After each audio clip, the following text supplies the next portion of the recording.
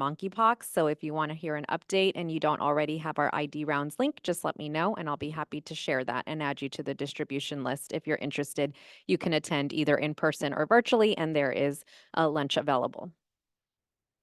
Anybody else in the membership?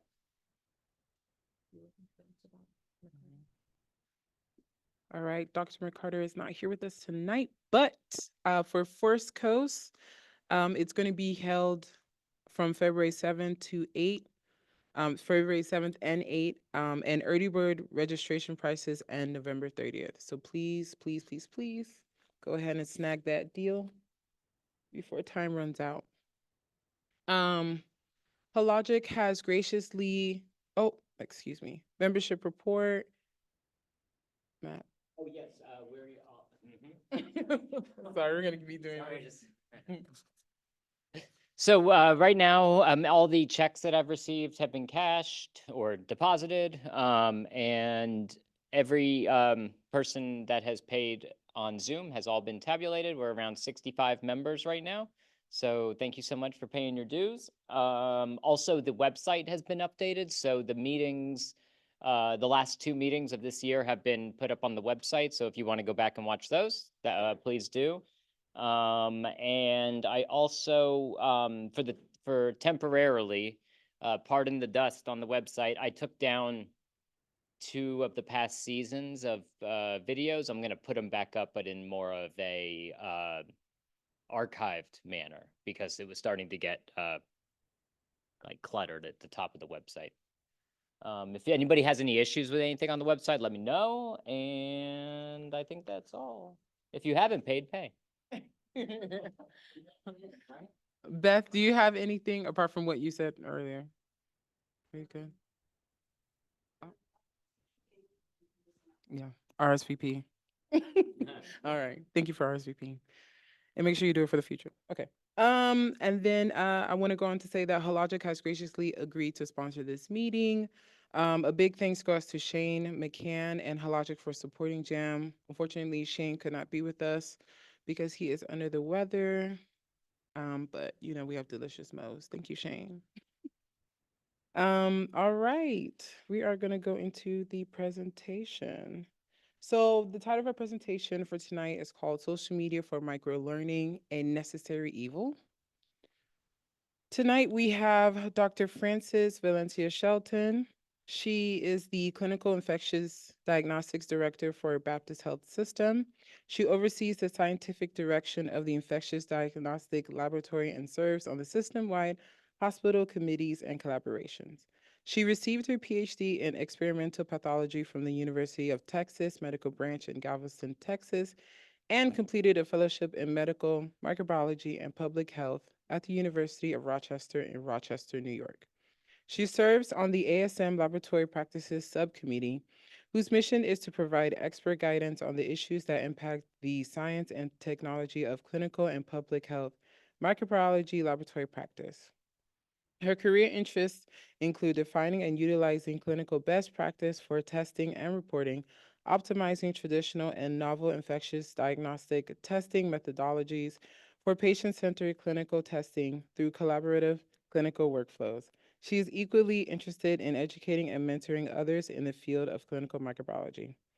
Frances loves nature walks, staying active, and adventures adventures with her family that include a 5 and 8-year-old, and continuously learning all the things, especially health and wellness related. And her birthday's tomorrow. All right. Our second speaker is Aaron K. Odegaard. He is a quality laboratory coordinator at Baptist Health Jacksonville.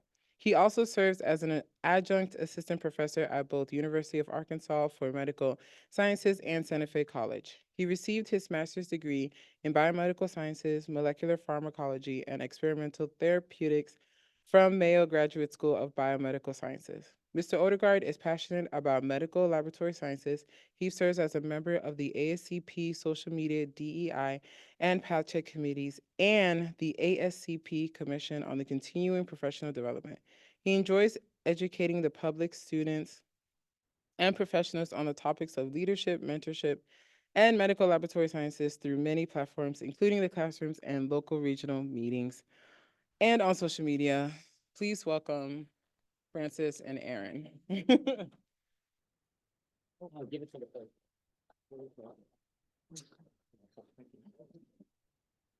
Did you want to add something? I like live music and paddleboarding and health. All right, so Not as you, cool as Francis, but I'll roll with it. oh, there's a magnet on there, and then you can put that one on yours. Cool. All right, great. And we still have the audience virtually. Yes. Okay.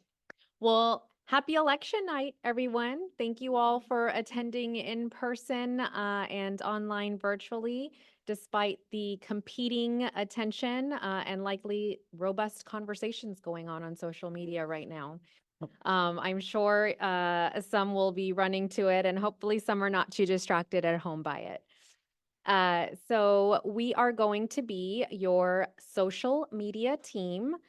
So for those of you who don't know me, in case this is your first meeting, I'm Francis, and I am very new to the social media scene as far as getting involved in it. I've had a hesitation, not really a known hesitation, but it was more a reservation of really diving into it.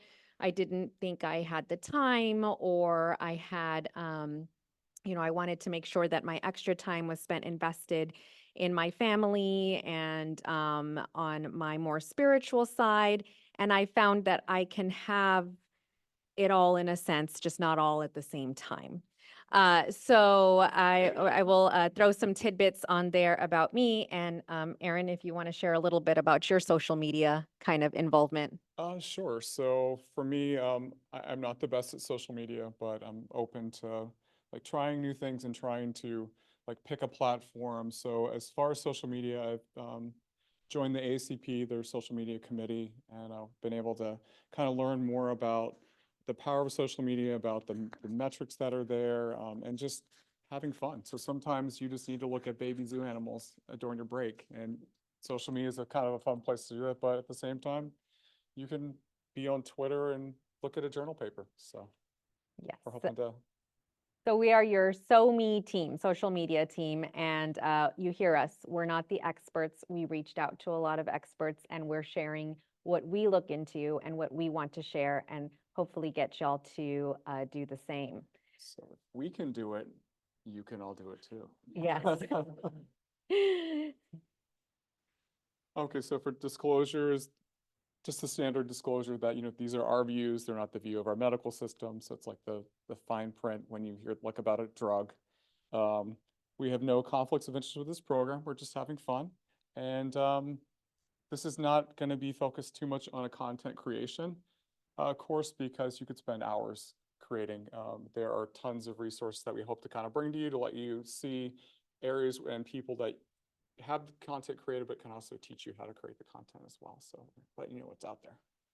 Yeah, and as we added in those slides, we're all busy. We really want to share that what's out there and not have you go digging too much, or at least help you find the way to dig more time effectively. So microbiology has a marketing problem. And if that doesn't resonate with you, I just want to start sharing some things. So if you think about vacant positions, short staffing as people leave the field or move from hospital to hospital, or from hospital to public health and back to hospital, and then to research and R&D, whatever the scenario is, or you hear the question, what is it that you do again? Can you look at this bump that I've had for the last 2 weeks and tell me what it is? Or when giving a tour to clinical students that are rotating, whether it's pharmacy or even nursing, and they say, whoa, I didn't know this was so complicated, or I didn't know you were back here or down here or up there.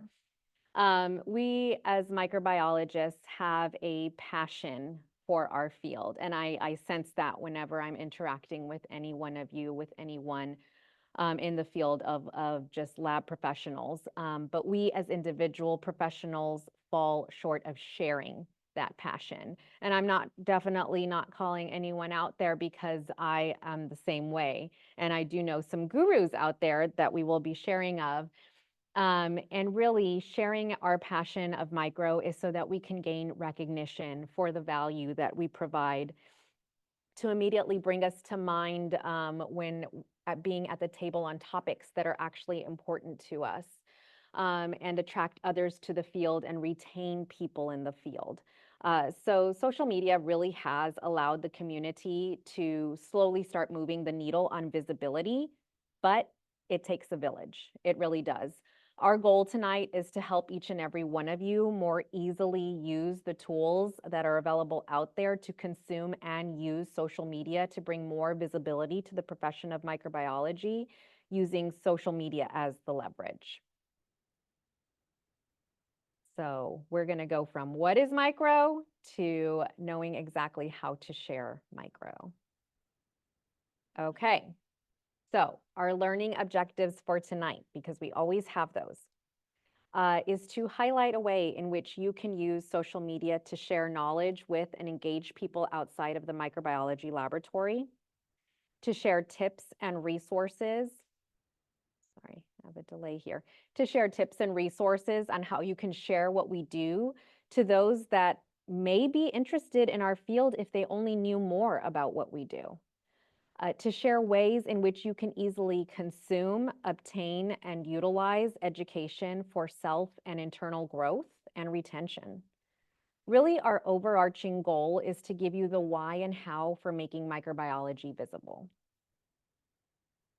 And this visibility translates to every profession that is in here. So in the public health lab, in the clinical laboratory, in the research area, we want to share how important microbiology is. So we're going to start by sharing what lab visibility is. We'll go over some background, how the lack of visibility impacts the lab, and how to increase lab visibility. So what is lab visibility? Do I have any volunteers to share, either here in person or online? I'm seeing. Yeah, so what do you think of when you think of visibility? What are some things that come to mind, just the word visibility? Can you check the chat? I want to. Yeah. Okay. Okay, knowing where the department is. All right. Physical visibility. Okay, knowing that there is a department. Yes. Okay. Anyone else? What about a definition for lab visibility? Does anyone want to gander at one? Yes, Jasmine.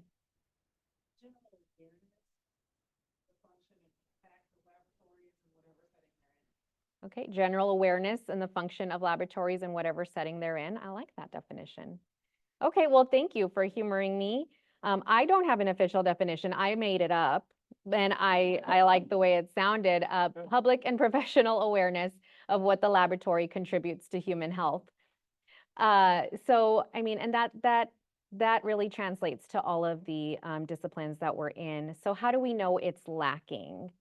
So just think about the family and holidays, right? The holiday season is upon us. I mean, think about the last time you were in the setting. Did you approach it? Did you have family members ask you, or do you kind of avoid the conversation altogether? Just think about it in your mind. Does your family know what you do? Do your friends and family know what you do?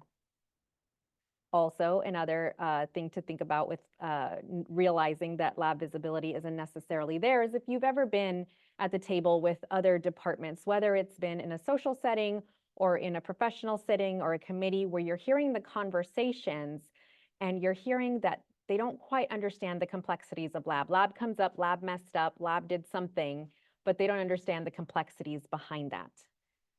How else do we know it's lacking? So in the general public, so maybe you're in a setting, and maybe this may be unique to me, maybe not, but maybe you're taking an Uber drive and they ask you what you do, you tell them, and they're asking you how to cure, how was the Black Plague cured?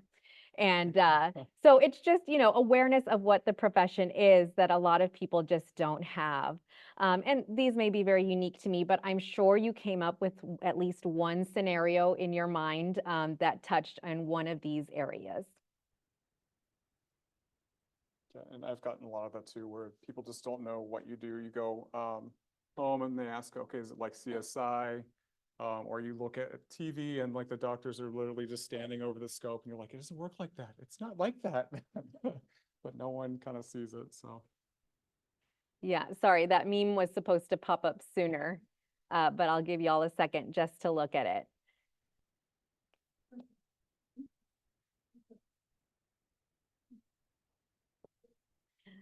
So Tracks, yeah. yeah.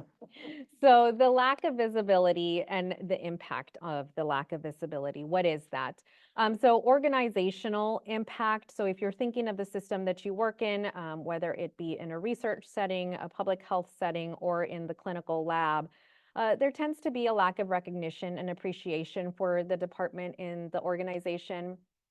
Difficulty in attracting strong talent to the profession as well. So all the vacancies that we're reporting at every meeting. I know Dr. Hada for Mayo and Dr. McCarter for UF Health were not here tonight, so I'm assuming they probably have some, but I'm not wishing that upon them if they don't. And difficulty in advocating for better wages compared to counterparts in healthcare. Now, that is specific to healthcare. I don't have the knowledge of the different fields and disciplines as far as how that how there is that gap in pay, but we all know public health does not get paid very well. So just knowledge of the value that they bring is what's needed in order to gain some support for increase in pay. Also difficulty in competing for resources. So capital funds, space, staffing. So there's other departments competing for that. And if there's a department that makes more money than your department does, they're going to tend to win out on that space. So just really thinking about how that lack of visibility impacts the organizational structure. And so who do we want to be visible to? And I won't make y'all answer that. I just want y'all to start thinking about it as I pop up some things. And if you think of anything if you think of anyone I didn't think of, please feel free to add in. So we want to share our value so that we can be supported and acknowledged by internally other departments. We already said that. Other professionals, administration, the C-suite where the money is, right? Yeah, we want the money. Externally by the public and by family. We already went over that. And we also want to share the profession so that we can attract and recruit. And so that could be to professionals in differing careers. I have over time met individuals coming into the field that are from a completely different field and they had never heard of us before and they wanted to aspire to change professions because they weren't happy in their profession. It wasn't their calling. Collegians, students pre-K through 12. I'll show examples later. And also we want to consume and share education to connect and retain our team members and ourselves. Because if we don't challenge ourselves, we risk getting burnt out, right? Like there's so much going on coming at us that education, which is our passion, really is important to keep up with.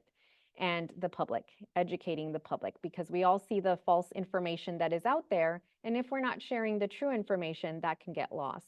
Our visibility is lost. So who is currently supporting or addressing lab visibility? Just nod your head or shake your head if you know of any organizations that are currently supporting lab or addressing lab visibility. Yeah. Thank you. So it's a jam. A good one. So I did see some yeses. So some people know of some organizations that are supporting it. And if you know of any not listed here, please let us know. But you can find information and tools for promoting lab visibility at your preferred organization page. And these are to list a few. So the Joint Commission, and I was surprised, I didn't realize this, the Joint Commission has a page dedicated to internal and external visibility for the laboratory. CDC is also, you want to speak to that and what the CDC is doing for that? So for, at least for Joint Commission too, so your inspectors are trying to help you as well. Good stuff. But no, CDC has a Lab 1 initiative where they have education that's been pushed out to people as well. And even for initiative that I'm working with on, it's developing resources for lab directors. So that way they have tools to kind of advocate for their labs. So the CDC is putting a lot into advocating for visibility for us as a profession. So CDC, look at the website. In other scientific professional organizations, the American Society for Microbiology, the American Society for Clinical Pathology, and the American Society for Clinical Laboratory Scientists, just to name a few, as we said. Workforce Action Alliance. Thank you for sharing that. Don Salfinger said Association of Public Health Laboratories. Okay, yes. APHL. Woot woot. Yes. We got good representation here tonight for those online. Big Pharma for lab Yeah. visibility? Yeah, Okay. Research grants as well. Oh, yeah. through Big Okay, Pharma. okay. AstraZeneca and Not big yeah. pharma, but big. Industry. Big Industry. Yeah, you're right. Yeah, they do support us. Yeah. Some, okay. And the ones listed here are ones with tools and APHL. I apologize for missing that one. Definitely, you can go to those websites and find tools to assist with lab visibility. Yeah, so you're not alone. Yes. Wonderful. So if you want to delve deeper into that. So what can we do to improve lab visibility? So if we think about traditional lab visibility, if we were to take out the topic in mind of social media, what can you do today for lab visibility? Mentor someone? I love it. Career days. Career days, yes. Excellent. Okay, thank you. In really, yes, serving on membership committees, joining in other internal and external activities, and we'll go over some of those. So I just wanted to get your minds thinking of what you could be doing already or what you've seen others do already for lab visibility. And so this can range from, like I said, internal committee meetings. This can be with other departments. And what I have to say to that is a lot of times we do see within our institutions that maybe lab leadership takes the role on that. And that may be the case at your institution where you're at, but it doesn't have to be that way. You can also volunteer to be at the table in different forums. So maybe you're not, maybe you're on the bench and you can't get to those meetings, but maybe you want to know more information that's coming from the meetings and what you can contribute to it or share of the workload or whatever it may have to do within the committees. And if you want to add to that. Yeah, and with being on the bench, it's I mean, it's tough. You're trying to get the work out and focus on your patient, but it's being at these tables in these rooms where people are making these bigger decisions. So a good friend of mine just says, if there isn't a seat for you at the table, bring one. Just pull it up. Because every little thing that you're doing on the bench is actually having an impact on our patients, on the small little kid that walks through the door. So that's something, those are stories that people need to know about, like even your family members, or just, you can be proactive too with your lab leadership and say, hey, is there anything I can help with? Like Dr. Shelton was saying, can I be on that committee, or can I talk with those nurses, or can I give a lab tour? So. Lab tours are an excellent way. And say you're not that extroverted person that wants to be physically there. There are other ways that we will share to assist as well. And then externally, we just want to be able to share with that every one of you can contribute to our visibility. And if you're not convinced of that yet, we hope to convince you by the end of this talk.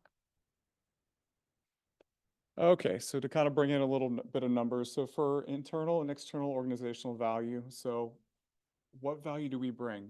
That's kind of a big thing. I think a lot of times we lose track of the value we actually kind of bring to the table. Lab is actually, if you look at the system, these are just numbers that a friend kind of gave me to kind of make my point.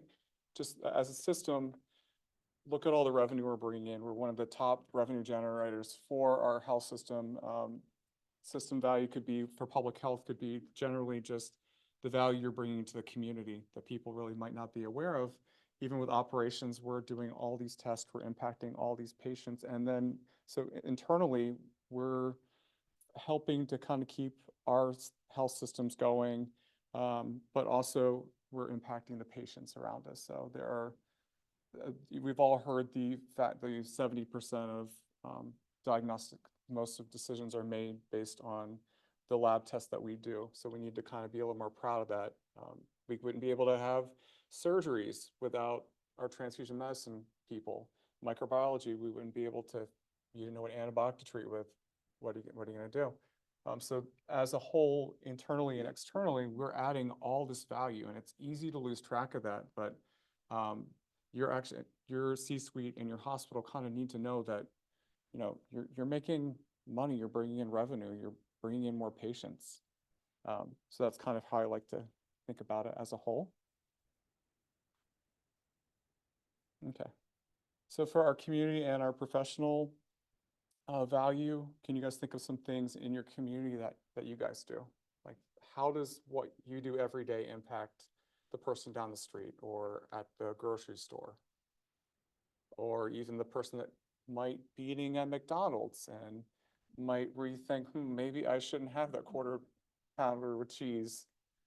So yeah, so E. coli, there's a pertussis outbreak that some of our public health people informed me of as I was very excitedly looking at biochemicals the other day.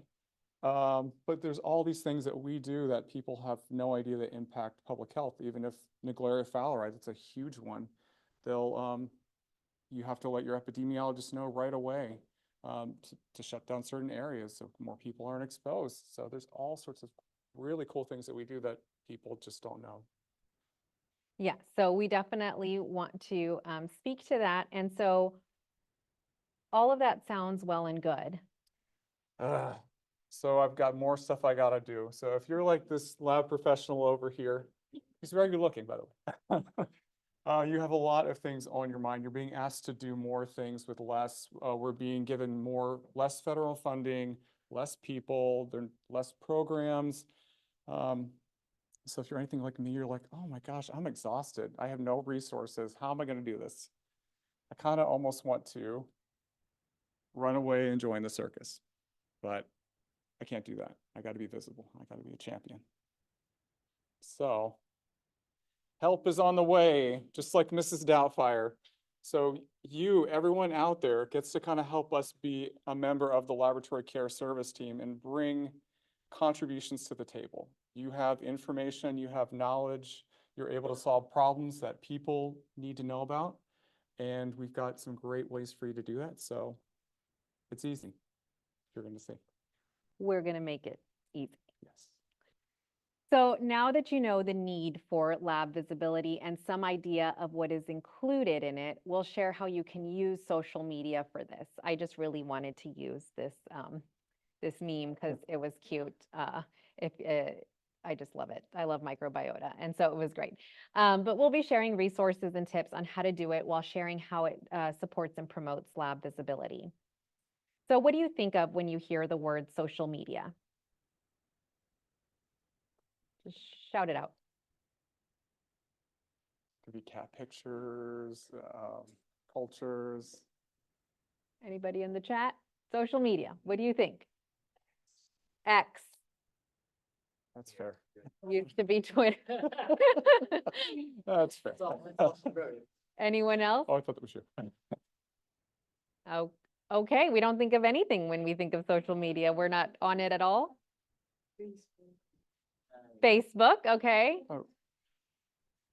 Does anyone get sucked down those threads of reels where you keep clicking and it's a cat picture and then it turns into a funny video of this and then 2 hours later you're like, where did my time go? Okay. That's fine. So funny. Zoom, we heard Zoom, okay. It's very relevant. All right. Well, thank you. Thank you for humoring us and sharing what you think of. You know, we think of a lot of things, but there's also a lot of positive things to it if you expand on the use of the social media. So you can think of communities, connectedness, conversations, starting conversations, continuing conversations, making them meaningful, just creating content that is of value to you and to the person that's viewing it, audience feedback. So these are just a few words that we really liked when we saw this. There's so many word clouds out there for social media, and this really resonated with what we wanted to share with you tonight. Okay, so for social media, there's a couple myths out there that social media is time consuming, that it just takes so much time. It costs money. Heard that a couple times. And then it requires resources. So in order to do social media, I need to buy a big microphone and have a big light and everything just has to be perfect. But that myth is busted. Okay, so the reality is that it can, depending on how you do it, it can actually be a time saver. You don't have to, there's all sorts of content out there that you can actually just share. You've got all these great experts that already have built this content. So you can actually literally just click reshare or just click on it to kind of keep up with something. It's cost saving. It's a free platform. And then, like I said earlier, we've got all these resources that have already been created. You can create your own content, but there's tons of it out there. And as an educator, it's great when I'm rushing to get something done. I'm like, oh gosh, great. Dr. Pritt has a new case study. I can just pick that, share it with my students. Okay, so what is social media? It's applications that facilitate interactions and content, so communities and engagement. There are 4 billion people using social media worldwide, so everyone is on social media to some degree or to some extent. So you can't really avoid it. It's kind of everywhere, and I'll occasionally, when I go into the break room and see students, they're on TikTok and looking through reels, and even my boss, Marcia Pace, she'll be taking her break and she'll be on TikTok. I'm gonna get something in the chat later. I was gonna say. So 7 in 10 Americans are on social media as well. And anyone can participate. It's kind of a level ground. Anyone can join a platform and hopefully you do things for good. But in the graphic, it's just whether you're sharing photos, video, text. If you're more of a world traveler, you can show your photos. If you're more into text, you can write blogs and journals and that kind of thing.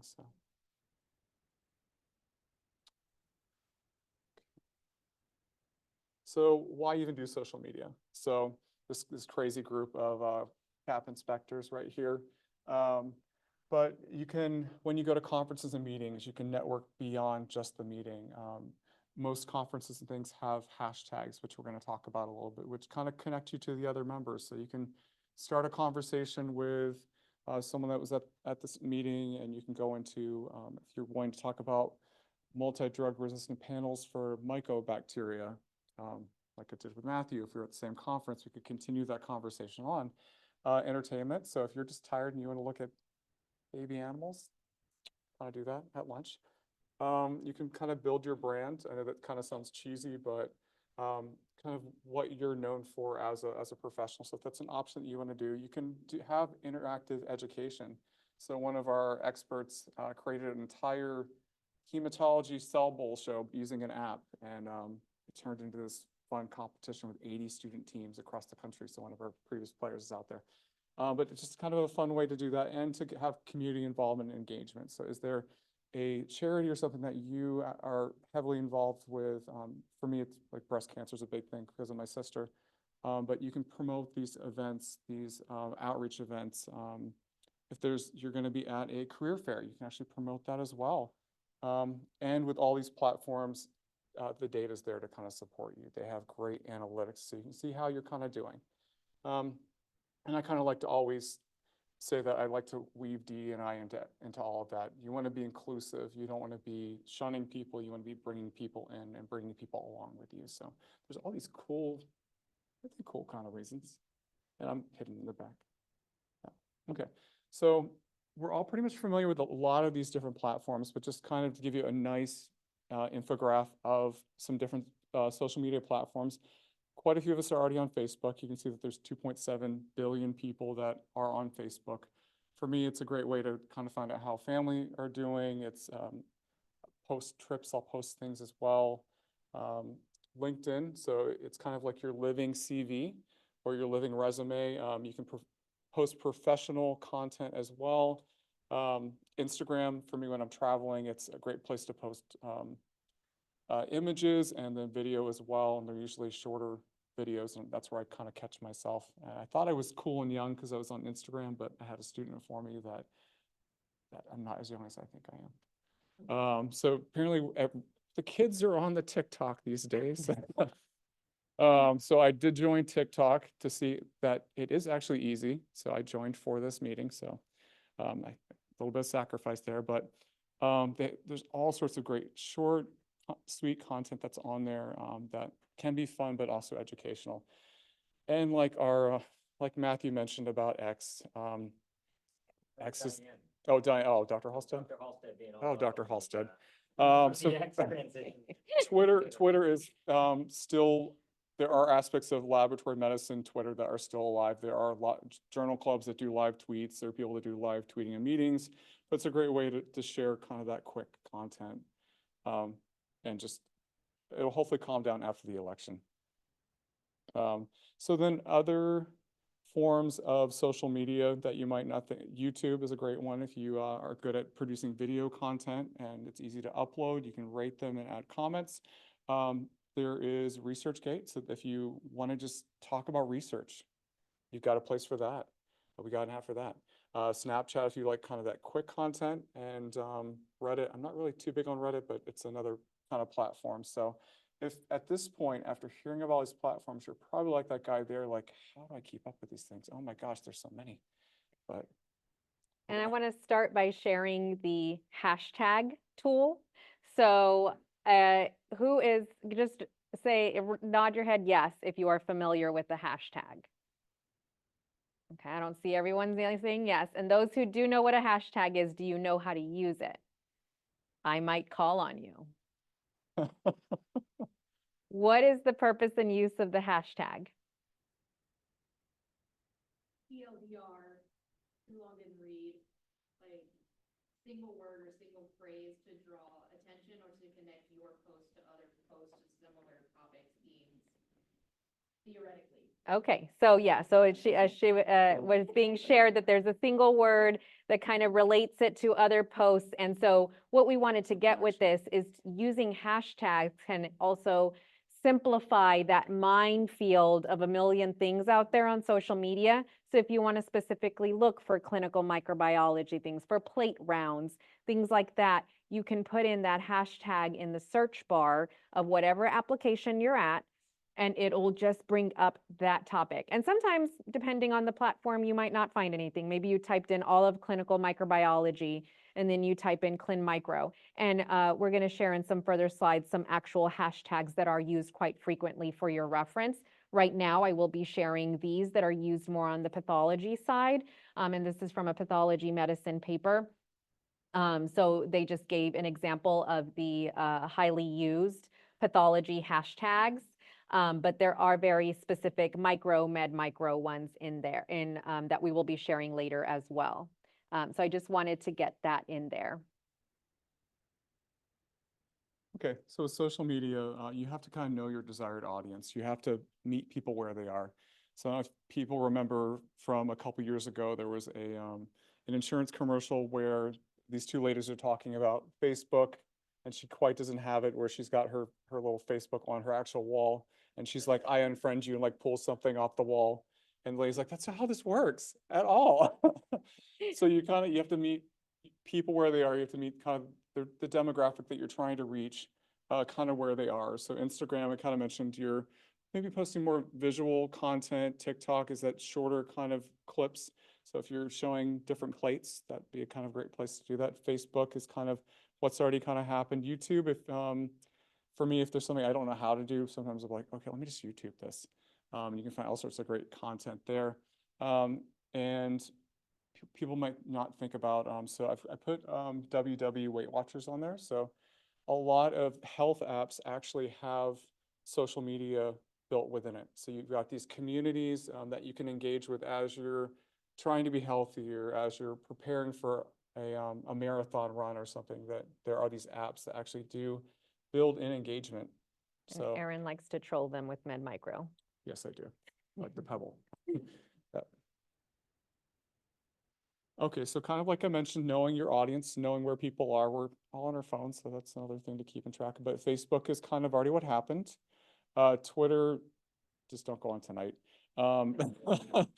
is typically more real time. So on the laboratory medicine side of it, there are journal clubs that are live tweeting. And you can even go to meetings where you're live tweeting. LinkedIn is going to be more professional engagement. So if you've got those victories or some of the other things we're going to point out, that's kind of the place to be. So you have to kind of understand your audience, their perspective, and that's kind of how you're going to choose where you're going to go. And I really want to emphasize to understand your intent from both an audience perspective, but also how your choice of social media is viewed by the audience. So just posting to post will not be of value to you or the audience. So, feeling that pressure of, oh, I need to share, I need to be visible. If it's not meaningful for you, don't do it. Do it when it's meaningful for you. And that may require some soul searching there. So just wanted to add that in because it makes a difference. Okay, so if you haven't figured it out, visibility is key. So just like Charlie Brown, we're going to want to run and kick that football. So we're going to want to gain the visibility, and it kind of allows you to have that level playing field, that I can be on the bench working and post on this amazing case just alongside with an expert in the field, and the expert in the field will write back and have a great conversation with me. So social media kind of gives you that hold the football still, so you don't get, if you've seen it, a Charlie Brown Peanuts comment where and you fly off. Okay, so these are things as you're building out your teams that you want to kind of be on top of. You want to be developing committees where you're recognizing what your team members are doing and kind of making sure that you're bringing up morale. You're wanting to recognize academic achievements of what your team's doing. So if someone is going from their MLT 2-year degree and they worked really hard and they get to their MLS, you want to acknowledge that. You want to let them know how proud of you they are. And then those milestones. So if you've made it 20 years at the health department, you've worked on so many outbreaks, you want to be able to celebrate those victories. So social media kind of allows you to do that with these great tools. You can kind of have fun ways to promote a birthday or send a meme. So just something simple. Okay. So you don't have to do it alone. So if you're like, I'm not completely sure, I want to make sure I'm doing this right. Most of your hospitals and different laboratories actually have communications teams and social media departments. So we all have phones, so if you're able to take a couple pictures, there are teams of people that actually are well versed in social media, that are already familiar with the platform. So your hospitals already, or public health, they have these platforms that are already built, already have followings. And a lot of them, especially with the places I've been, they need more content. They want you to they want to promote you, but they need to know you exist. So you have to reach out to them. And your C-suite, your hospital presidents, the people that are heading up, your directors are scanning through the actual social media for your institution. So I've had the hospital president come up to me and say, oh, I saw that post on Lab Week. So they're looking at some of those healthcare hero pages that they're already built. So you just have to send them pictures. So I like minimal effort. So this is just our communications team in action. The picture on the left, you can kind of see us celebrating. It was Barbie themed. It wasn't my favorite theme. But that's our microbiology team celebrating. We had like a little photo booth that was there. On Instagram as well, we did team member showcases. So this is one of our MLAs, Casey, with her son, and they answered some questions, but the social media team featured it on all the different platforms from Lab Week. And one of our hospital presidents, this cool initiative, What's Jumping at Jack's? So our question was, what does quality mean to you? So we did this fun video where we interviewed people from across the entire lab and got what quality meant and what patient care meant. And our communications team just blasted it to the entire health system.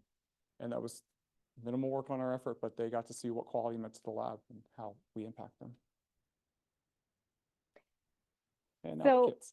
I want to share about, we talked about internally, and there's many other things that you can do internally as far as newsletters, as far as other things, and those lab visibility tools that we shared with you earlier, resources you can go to, and they give you even more ideas. But now I want to talk about externally to inspire others to actively engage. So you may be thinking that, okay, this is still great. I don't see myself on the platforms, but say you're doing something in the community. Say you are talking about science, maybe you teach, maybe you do other things. If you take pictures, if you have some memory of it, you can share it with someone who is on social media. So this is from a colleague of mine. She went to her daughter's preschool class and just gave them a very simple slideshow of what microorganisms are. She said she bought some culture plates on Amazon they didn't have anything. And I think she had them put their hands or something in them and then incubated, sent pictures to them afterward. But just took the big bugs, those fun microbes that we all love, those stuffed animal bugs, and just had that conversation about, bugs and germs with them and what she does as a profession. And I just thought that was awesome. She posted on LinkedIn, and then that just inspired others. So there were plenty of shares of that, inspiring others to do the same thing. So you just don't know who you can inspire to make a difference in someone else's world and start introducing that field to people. And it doesn't have to be anything novel. So we want to gain recognition and visibility for all the amazing things that we're already doing in the laboratory. So yes, we've mentioned building your brand. If that's not your thing, that's totally fine. There are people out there that we're going to share that you can share of their building of their brand. You can lead in new and hot topics or fill in the gap. But really, it's just really what matters to you to share. And so Erin is going to share different levels of some external visibility. Yeah, so these are people that are already out there and pretty well established that that you could easily reach out to. They're producing amazing content already that you could kind of reshare. So I've kind of grouped them into mentors, leaders. So if you haven't heard of Taiwan Wilson, she does a lot of coaching, has a amazing podcast, and has all sorts of online resources on LinkedIn that are you're able to share with. Kind of goes through like your value. Stephanie Whitehead is a pretty active lab leader. She's a lab director in San Antonio, but helps with a podcast. She does all sorts of leadership development. And anyone that knows Stephanie, like an OG, knows that she's a great coach and everything. So she's willing to kind of talk you through things, and even her content can be kind of leadership. And then we know Dr. Dwayne Newton, who's a great coach and mentor to a lot of people. So he's got great content that he's constantly putting out, and you can easily go to his page and reshare, read, it's already created. So. Okay, so for SOMI educators, Dr. Bobby Pritt is a big one. She's got a parasitology page that's been going for over 10 years now that has amazing, cool cases. She's on X. And if you, as you're retweeting and post questions to her post, she'll actually interact with you. So for the bench check, that would be amazing. Like to be like, oh gosh, I'm talking to Dr. Bobby Pritt about parasitology. So that's kind of a cool thing. Louis Plaza. So if you haven't heard of Let's Talk Micro, he has got this great podcast that has been going for a while now. And then Tiffany Gill. She's a lab educator out of Southern Maryland, but is involved with, she's got a fun store of like Christmas lab themed things, and she's got a huge student competition. So all these people are using their platform to kind of educate, and they're building this content that you can share. And then so for our lab advocates for SOMI for microbiology, Dr. Nick Moore up at Rush is someone that works with ASCLS, works with ASM. He has all sorts of great content. And I feel like everyone in the room's probably heard of Dr. Rodney Rohde. I don't know how he has the energy for everything he does, but he has blogs on LinkedIn. He works with ASM on different articles. He's doing interviews. He's everywhere. So if you want some lab education or advocacy, he's your guy. So you can click on his page and find his blog, and he's got some cool stuff there. And then Dr. Andrea Prezzini, she does a lot with ASM. So a lot of different papers on organisms, but she's also very visible for antimicrobial resistance. Okay, so now we've talked about sharing our value for visibility internally and externally. And we have to share as individual professionals. So now how can we develop our own strategy for sharing the profession of micro?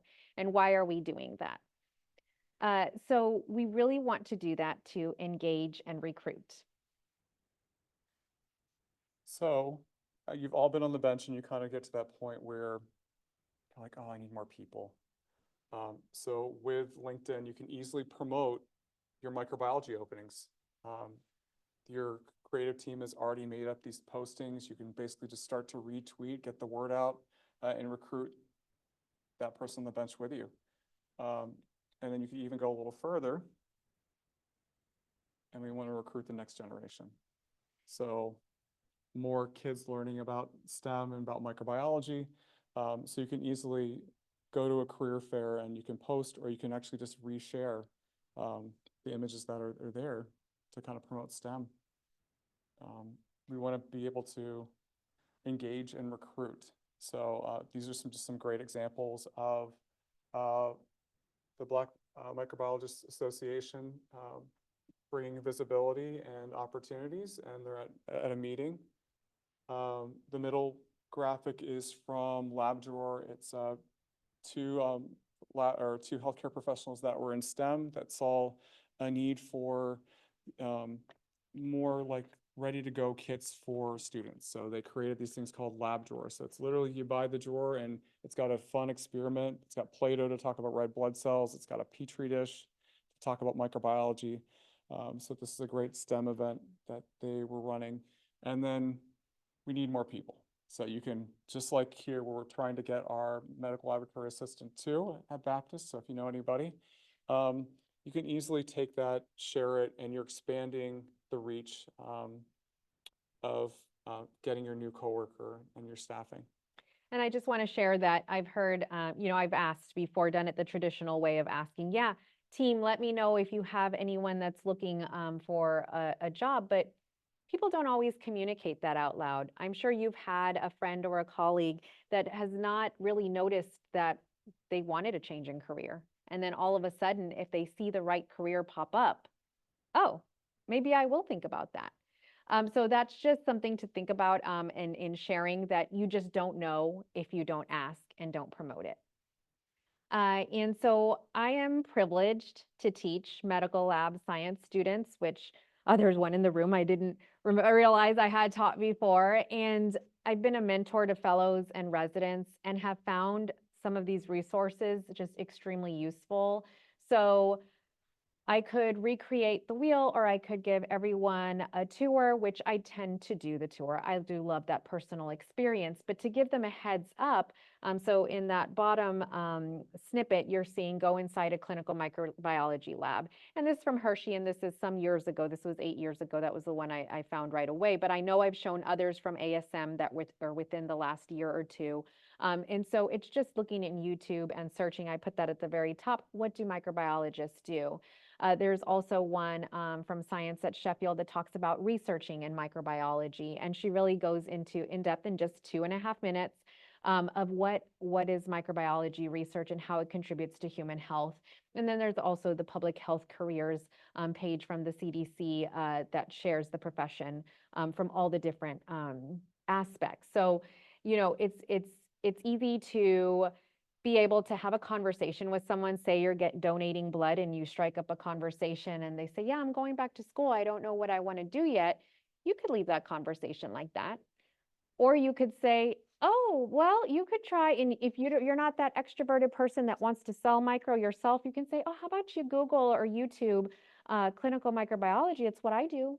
Or public health microbiology. It's what I do. And if they really are actively learning and seeking and wanting to find something, they may encounter the profession that you've just shared. So I just wanted to share that. And this is some different variations of sharing the profession.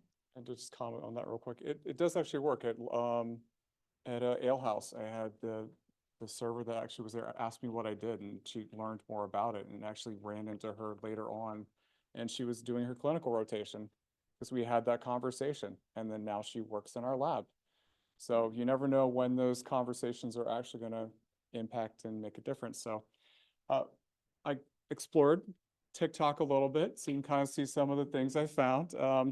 But TikTok gives you some great fun ways to kind of share your profession. So salmonella, she's just kind of talking about the name. You would think it'd be salmon.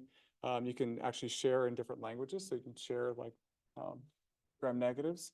And then even the cool XLD plates that you can kind of see in the middle. So she's kind of walking through the profession a little bit more there. And the I'm a virologist. We've all seen like the reels that like, I'm a virologist. I like hazmat suits and I get creative, yeah. But we've all seen those videos where we go back through the course of I'm a virologist. So it's just kind of a fun way to share the profession. And you can just basically hit retweet or reshare and share those with your family members as well. And you can find these easily by using hashtag. Mhm. So we've gone over sharing the value of the lab for visibility, sharing the profession for visibility. Now we'll go over learning and educating others for visibility. Someone was talking about the bugs don't read the books. They do. See, showing you. Solid your face. But first and foremost, we want to go over some housekeeping. So here are some social media do's. Definitely ask for photo taking permission if you're taking it in the work setting. You know, there's rules and regulations around all of that. So make sure it's in an okay setting or you're using the appropriate way to do it. Be concise when you're sharing on social media. That's just for gathering attention more than anything.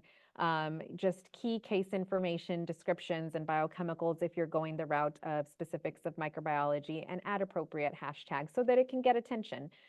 And help your audience find you. Good visual is crucial. So if you just have text, we will share that.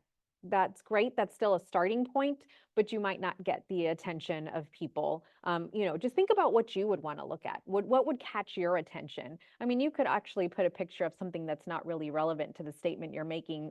They say that putting your face on there is really a traction getter. I don't remember where I heard that from, so don't take my word for it, but I know I've heard that before. And tag key content providers. If you're using something from someone else, definitely give them the credit for it. Additional social media do's is to for engagement and connection is to make sure you're keeping your professional and personal apart. And so I didn't choose the picture. There's a story behind the picture. I'll tell you in a minute. Yes. So go ahead. You can tell them the Okay, story. so this was created by one of my UAMS students. So I used to actually say TCBY when I was teaching Vibrio. So she ended up making a meme to kind of help her remember. So TCBS, the best salt concentration.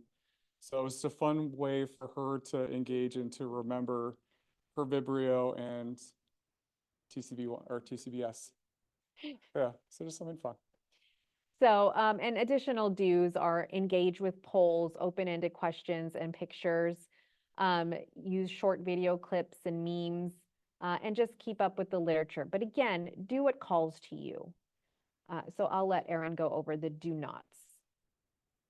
Oh, you get the fun part? Oh. Yes, I intentionally am. Okay, fine.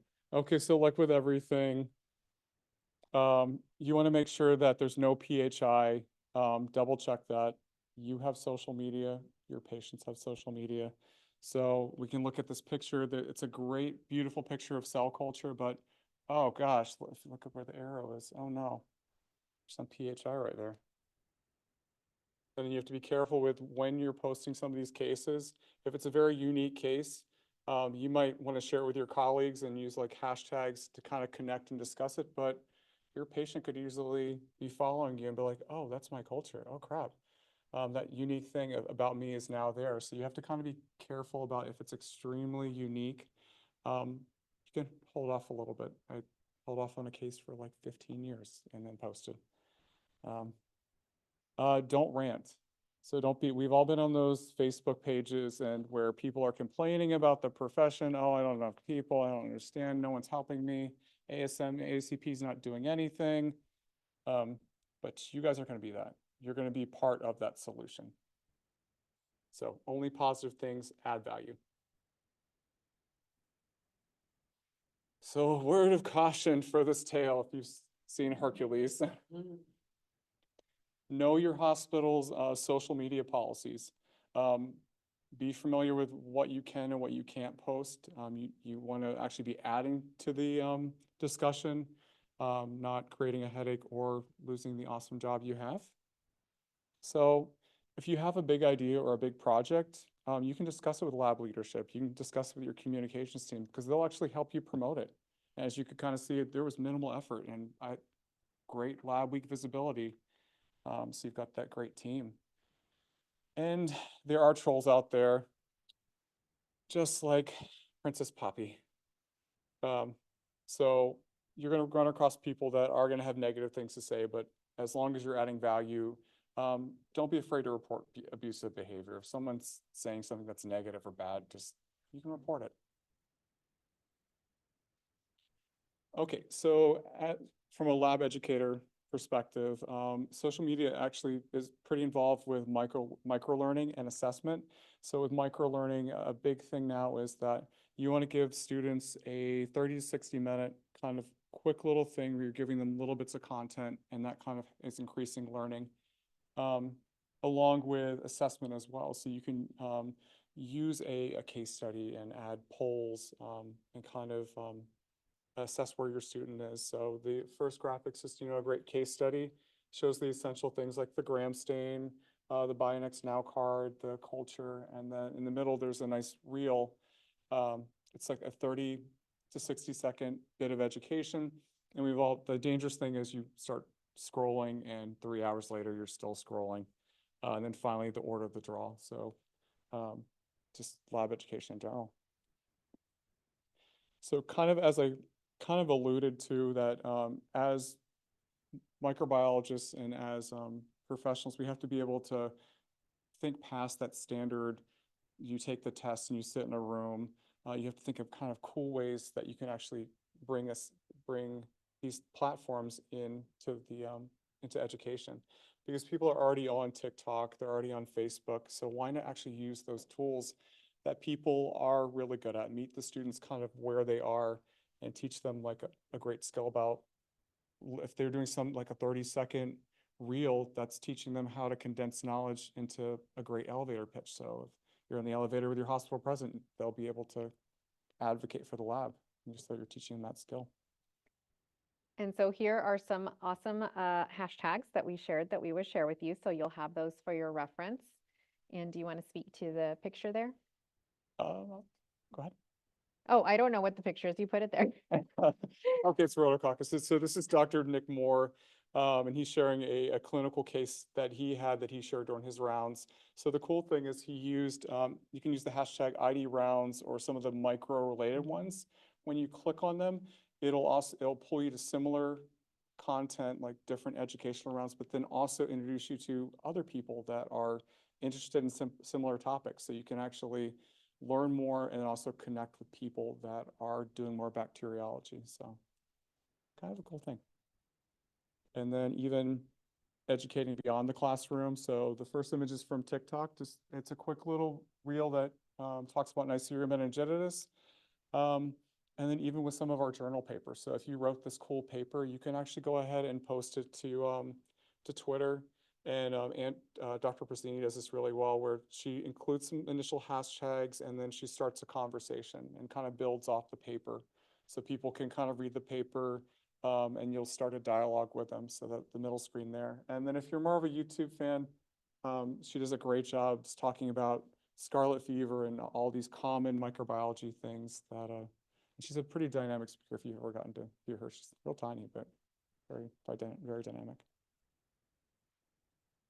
So SOMI education goes even beyond the cultures that we see every day, the public health that we see every day. So I really like, this is Luis Plaza. He does Let's Talk Micro. So he covers different cultures. He has guests on that talk about antimicrobial resistance, but he also is doing some of his episodes in Spanish. So he's increasing access to that knowledge by even recording it in a different language. And then the last image is actually plate streaking using a tablet. So you can actually have this program where you can even like flame the loop using your little pen, and then you can practice your streaking. So I thought that was kind of cool. And then educating also research in public health. You can promote, you've got great research, you're showing a poster. You can connect with like minds using tagging different groups and then tagging some of those hashtags. And look, even CDC, they've gotten in on social media. So they're promoting the different initiatives they have, different outbreaks. The Morbidity and Mortality World Report that has a podcast now. So if you don't want to have to read it, you can spend 7 minutes in the car listening. So these are some free resources that are available to integrate into your microbiology practice. As we're nearing the conclusion of this talk, we just want to make sure that you're aware of tips to ease into and make SoMe work for you. So we already shared that hashtag search. Some tips are to create and share a resource library with a friend or a group of friends that you talk micro with. And the other question may be, there's so much out there. I definitely don't have the time for that. What do I do? So just take a deep breath. You pick a platform medium, just one. You pick a schedule. Micro learning is just that tiny bit, even just 5 minutes per day, per week, whatever you decide, whatever rhythm that works for you. And if it's SoMe content, combine it with activities you already are actively engaged in. Or be specific in your search when you're searching with those hashtags. But I've seen a lot of people that got started just by practicing by when they were at a conference or when they were at something that mattered to them. They just posted it instead of writing notes. So that that was kind of mind-blowing to me, because there are a lot of notes that I've written at conferences that I never go back to. Well, what if I posted it? What if I posted an interesting thought or just a regular thought? It doesn't have to be novel to be out there. So these are some tips from a couple of experts that Aaron had to conclude our talk. Yep. So people that are already doing this, so basically decide why you're going to social media in the first place. What are you hoping to promote? Who are you trying to reach? So some of the platforms we talked about, yeah, choose the one platform. If you're looking to reach younger people, like I joined TikTok this week. That's kind of where your audience is going to be. So, and as you're posting, Taiwan really stresses the fact that make sure it has an actionable item. If you've ever heard her talk, there's some next step. There's always something that you're taking with you. And then some advice from Stephanie Whitehead. Make sure that you can potentially separate your personal from your professional, and it kind of helps keep you organized a little bit. And you can actually, with infographics and things, you can do things that are trending now. So we're going to skip over what we do, but feel free to ask us, and we're happy to share the slides as far as how we maneuver social media. But I definitely want to touch on this second to last slide before the summary. Is clinical microbiology in the time of social media? There was a presentation at ASM in 2019 that, this is Nick Moore, right? Is this Nick Moore? I think so. That he was talking about the use of Twitter just right before it exploded with the COVID-19 pandemic. And there's so many key things in there. All you have to do is Google search ASM microbiology social media, and the video will pop up. It's a 12-minute video to hear. Just if you're not convinced just yet on the value that social media brings, if you'll take that a listen. And then in 2020, we had COVID. Social media exploded with false information, but then with true information that scientists combated. And so this article that just came out a couple of days ago, actually, Social Media in Pathology and Lab Medicine, a systematic review, was in the Journal of Academic Pathology, and it kind of goes over the use of it, the specialties that use social media and the hashtags, and just that there's so much data in it. And that there's value in it, and the trends that it's moving forward to. So give that a read. It's a short read if you're interested.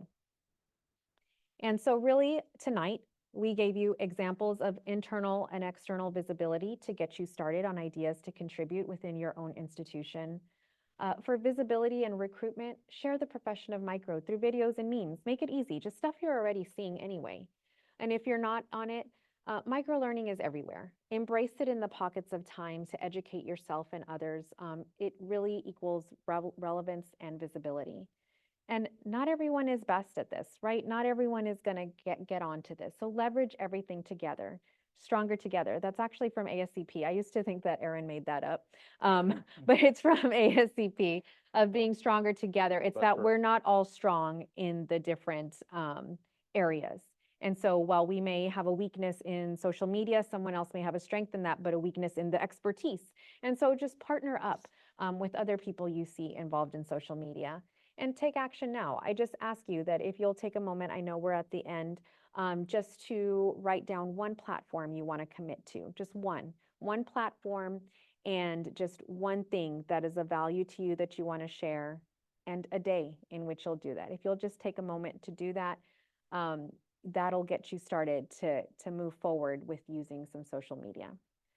So we thank everyone for your attention, and we're available for questions. I know we're at 7:33, so thank you for your attention and any questions.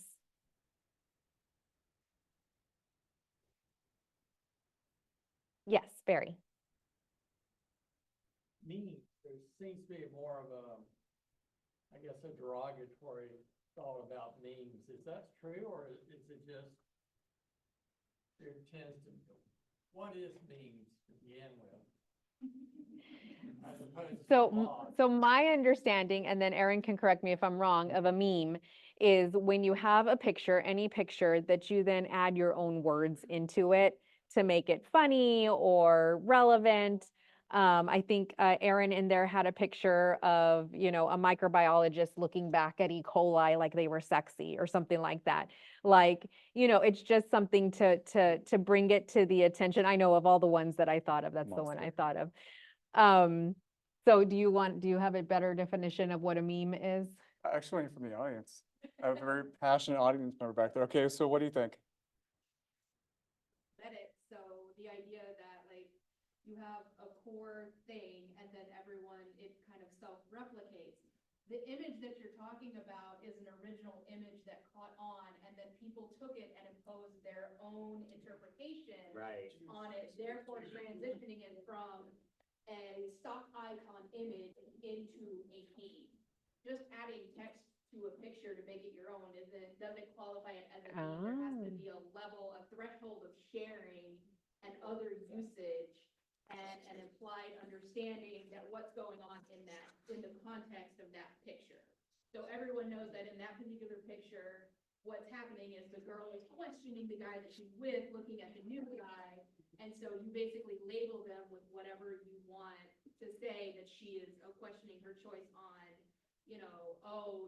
this agar versus this growth media, or, you have the original SARS, now you got new SARS. That's what qualifies as a meme. I think someone's seen quite a bit of memes. So that was very well explained. I'm sorry that I didn't take over the microphone. But yes, go ahead. So you can use your power for good.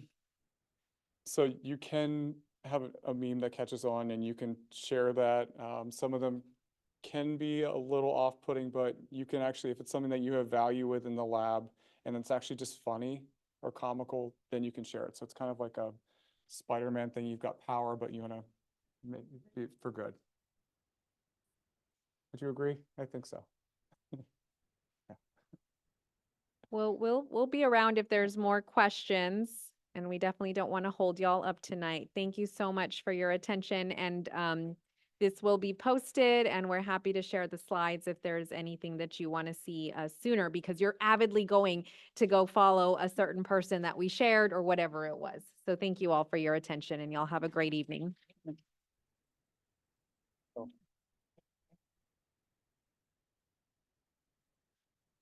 Oh, I see little cakes falling down. Someone gave us cakes. I don't know what that is. Awesome. Oh, thank you for the happy birthday. Oh, Dr. Hada did say what visibility is. When other providers are asked about micro, the answer is yes, I know them and how they help me. Oh, yeah. Work friend was on one of the micro Facebook pages, and one guy said, "Oh, we had anthrax come through the lab. My lab director freaked out. We had to send it to the state. It was stupid because it's just wool disease." I'll tell you right now.